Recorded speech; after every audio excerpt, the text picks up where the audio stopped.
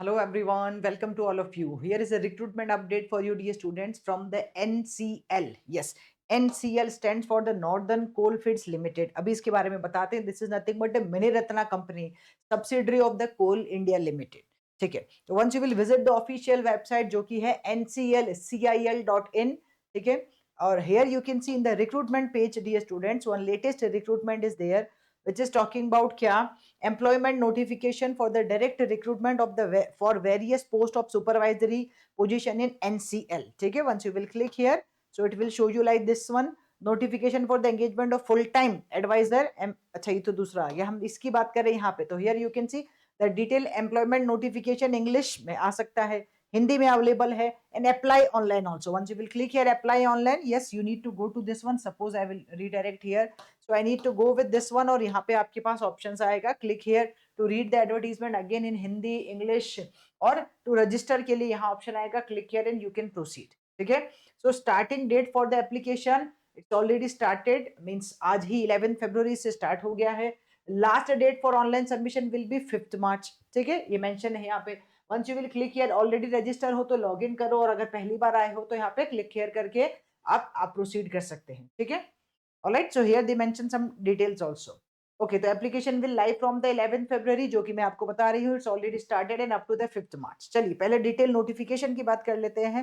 What is the procedure, how to apply, कौन apply कर सकता है, what is the selection procedure. Let's understand. So as I told you, NCL Northern Coalfields Limited is a mini Ratna company जो कि Coal India Limited की subsidiary है. यहाँ they are going to recruit here. Okay, so they are going to recruit here. ये रहा mention किसके लिए, NCL in Singrauli district of MP and Sonbhadra district of UP में जहां है, उसके लिए इनको रिक्रूटमेंट चाहिए. So they are having here position and essential qualifications. ठीक है. तो this is talking about first assistant foreman ENT trainee grade C. इसमें कौन अप्लाई कर सकता है, एसेंशियल क्वालिफिकेशन में डिप्लोमा वाले स्टूडेंट भी अप्लाई कर सकते हैं, BTech स्टूडेंट भी अप्लाई कर सकते हैं. They mention here clearly matriculate और equivalent passed from any recognised university. First मतलब मेट्रिकुलेट तो होना ही चाहिए आपका. सेकंड डिप्लोमा और relevant and higher qualification minimum 3 year course in electronics and engineering from any institute recognised by the government, आप apply कर सकते हैं. ठीक है. फिर assistant foreman I will show you, यहाँ नीचे एक टेबल बनाई है उसमें भी लिखा है what is the qualification, I will tell you more. Then mechanical में भी है. After that here we are having in the electrical. So ENT mechanical and electrical में है, ट्रेनी के लिए ग्रेड C की पोस्ट है. ठीक है. So submission is already, as I told you, already started and it will be there up to the 5th of the March 2026. ठीक है. सुपरवाइजरी पोजीशन है. Are the minimum hands candidate possessing higher and relevant qualification में also apply. ठीक है. जो बताइए आपको बात, हायर एजुकेशन वाले भी बता अप्लाई कर सकते हैं. टेबल D अभी आएगा, उसमें मेंशन है everything here. Now degree post graduate diploma qualification through distance learning part time, ठीक है, शैल नॉट बी कंसिडर. मतलब फुल टाइम BTech हो या फुल टाइम डिप्लोमा हो तो आप अप्लाई कर सकते हैं. चलिए फिर यहाँ देखते हैं number of vacancies they mention here. First of all in the foreman assistant foreman ENT trainee में नंबर ऑफ वैकेंसीज मेंशन की गई है 14. ठीक है. फिर यहाँ पे मैकेनिकल में दो अलग अलग कैटेगरीज में है, X वाली में भी और इलेक्ट्रिकल EM वाले में भी है, 87 and 21. After that here in the electrical they are having again X and EM, दोनों में है 74 एंड 74. तो overall they are having 270 vacancies. ठीक है. ये नंबर ऑफ वैकेंसीज मेंशन है. डिटेल ऑफ द पोजीशन यहाँ इन्होंने कैटेगरी वाइज और लिख दिया है, थोड़ा आप देख सकते हैं qualification. Now here they are having क्या, clarification on the relevant and higher qualification of diploma for supervisory positions. क्या क्या लिखा है यहाँ देख लेते हैं कौन अप्लाई कर सकते हैं. तो first of all assistant foreman ENT trainee grade C में कौन एसेंशियल रिक्वायर्ड जो है वो तो है डिप्लोमा हो तो आप अप्लाई कर सकते हो, मिनिमम 3 ईयर कोर्स. और इसके अलावा इसको थोड़ा सा दिखाया जाए, ये रहा. ठीक है. हायर क्वालिफिकेशन एंड ब्रांचेस, तो ये असेंशियल में तो रखा है इन्होंने डिप्लोमा, और हायर क्वालिफिकेशन में रखा है engineering degree in electronics and electronics communication, electronics and telecommunication वाले बच्चे भी अप्लाई कर सकते हैं. इसके अलावा not eligible branches of diploma BTech, थोड़ा सा और दिखाया जाए बाबा. Here, just 1 second. Here we can see what they mention. Yes, here they mention not diploma branches, not diploma branches of diploma, sorry, not eligible branches of diploma या BTech. इसमें कौन eligible नहीं है ये भी लिखा है. These are the eligible branches, these are not eligible. Instrumentation वाले बच्चे अप्लाई नहीं कर सकते, इलेक्ट्रिकल वाले, ये सब मेंशन किया है, ये लोग अप्लाई नहीं कर सकते. और diploma in any other branch, ठीक है, other than the electronics is not eligible, ठीक है। तो दोनों के लिए मेंशन किया गया, यहाँ डिग्री के लिए एसेंशियल है और ये हायर क्वालिफिकेशन वाले भी अप्लाई कर सकते हैं। Similarly when I will go for this one, तो मैकेनिकल में diploma in mechanical minimum 3 year course, और यहाँ पे engineering degree in mechanical apply कर सकते हैं। कौन अप्लाई नहीं कर सकते ये भी यहाँ मेंशन है। In this one electrical, diploma in electrical engineering, ये लोग अप्लाई कर सकते हैं, डिग्री इन इलेक्ट्रिकल इंजीनियरिंग, और ये लोग अप्लाई नहीं कर सकते हैं, ठीक है। These are not eligible, these are eligible, this is clearly mention here.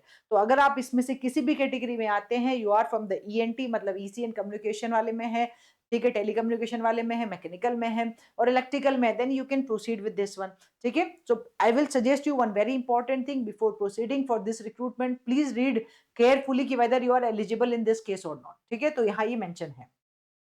And I already show you कि कहाँ मिलेगा ऑफिशियल नोटिफिकेशन, यहाँ मिलेगा आपको, ऑफिशियल वेबसाइट पे मिलेगा, तो वहां से आप खुद भी डाउनलोड करके देख सकते हैं। तो the training period and scale of pay for the position are given at the table, ठीक है। क्या लिखा है, एंट्री लेवल पोजीशन जो होगी वो असिस्टेंट फॉरमैन की होगी। Entry level grade and pay scale रहेगा ड्यूरिंग द ट्रेनिंग, ट्रेनिंग रहेगी आपकी 1 ईयर की, और उसमें minimum of the monthly rated grade C basic pay रहेगा 47,330, ये ट्रेनिंग के ड्यूरेशन में है, ठीक है। ईएनटी कैटेगरी होगी assistant foreman candidates, after successful training आपको ये वाली पोस्ट मिल जाएगी, ठीक है। फिर यहाँ पे वही मैकेनिकल में भी सेम है, और 2 ईयर की यहाँ जो है, please read this one, mechanical में जो ट्रेनिंग होगी वो 2 ईयर की होगी, और ईएनटी के अंदर ट्रेनिंग 1 ईयर की होगी। सिमिलरली इलेक्ट्रिकल के अंदर भी ट्रेनिंग का जो पीरियड होगा वो 2 ईयर होगा, दे मेंशन हियर क्लियरली, ठीक है। और उस 2 ईयर में इन्होंने आपको मंथली अमाउंट भी मेंशन किया है। In addition to the basic pay mentioned above, other allowances such as DA, attendance bonus, special allowances, transport subsidy, ये will भी मिलेंगे आपको, ठीक है, according to the rule of government of India. हाँ, रिजर्वेशन रिलैक्सेशन के रूल सेम है, आप यहाँ पे पढ़ सकते हैं, you can check it out. This is a 36 pages PDF, तो यहाँ सारी चीजें सब कुछ मेंशन है, each and every detail is mention here. I will suggest you to go through with this one, अब आराम से अच्छे से पढ़ना एक एक डिटेल को, ठीक है। Then here we are having age limit which is very very important. तो for the unreserve and EWS category क्या लिखा है इन्होंने, 30 ईयर और the 30 years on the crucial date, minimum 18 year और मैक्सिमम 30 ईयर रखा है। और बाकी कैटेगरीज के लिए कुछ एज रिलैक्सेशन है, आप वहां पे चेक कर सकते हो, ठीक है। You can go with some age relaxation also. फिर एप्लीकेशन फीस यस बिल्कुल रखी है, which is for unreserve OBC non creamy layer in EWS ₹1000 plus applicable GST, मतलब 1,180 होने वाली है फीस। If you are from SC ST ex serviceman category PWBD departmental candidate, तो आपको कुछ भी पे नहीं करना है, ये भी इन्होंने यहाँ पे मेंशन किया, ठीक है। Applications without the prescribe fees will not be entertain, ये बता ही दिया इन्होंने, ठीक है। नीदर भी रिफंडेबल नहीं है, ठीक है। आप जो भी बैंक के चार्जेस होंगे वो भी आपको ही पे करने हैं, ठीक है। बस ये वही है, सिंपल रूल्स लिखे। Now the most important thing is the selection process, what will be the selection process. तो they mention here about the selection process, इसको थोड़ा सा हम थिकनेस बढ़ा के आपको दिखाते हैं। सिलेक्शन प्रोसेस, तो eligible candidate meeting the minimum eligibility criteria, ठीक है, age on the crucial date as specify in this notification will be required to appear for a CBT, computer based test होगा, GATE score card की basis पे नहीं है। Without GATE score card ये recruitment निकला है। The selection will be based on the candidate relevant score in the CBT, ठीक है। सीबीटी में क्या आएगा वो भी इन्होंने मेंशन किया है यहाँ पे। I will show you this one. The CBT will be conducted separately for each post. The computer-based test will be of 100 marks for 90 minutes duration in one sitting, comprising two sections, section A and B. Section A will consist of technical knowledge, discipline related with 70 multiple choice questions.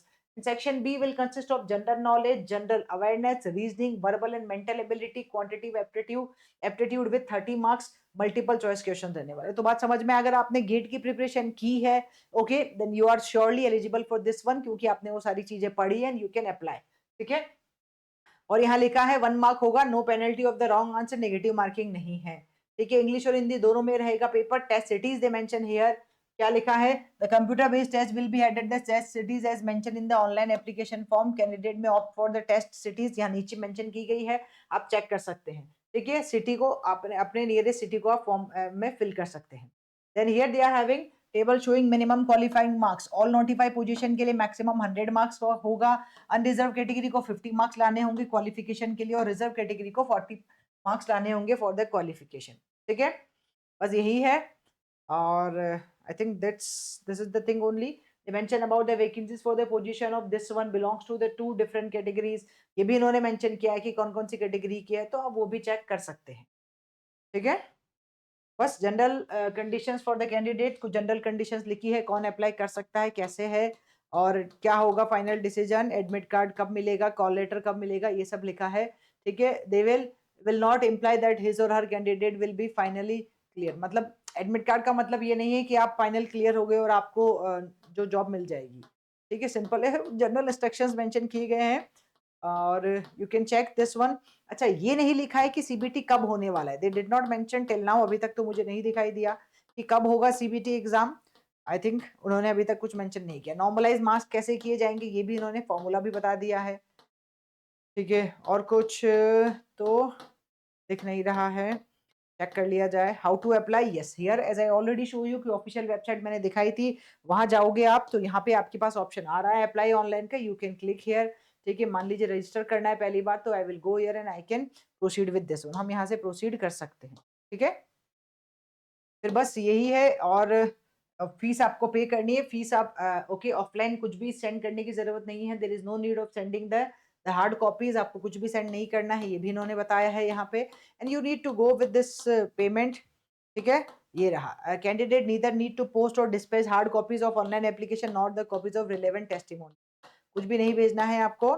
यहाँ ये आ जाते हैं हम यहाँ पे important dates जो हमारे लिए इंपॉर्टेंट है।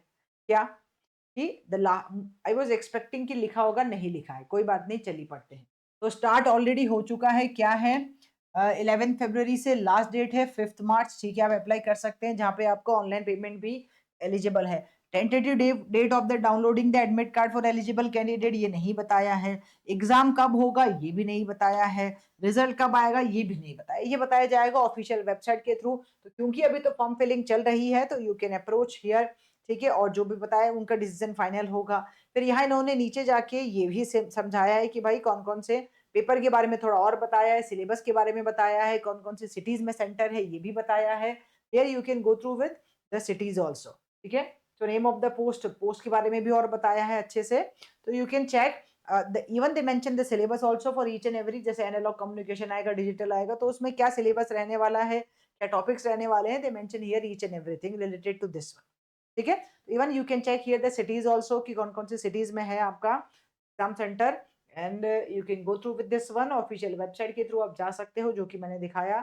And you can fill the form up to the 5 March if you want to fill. Thank you.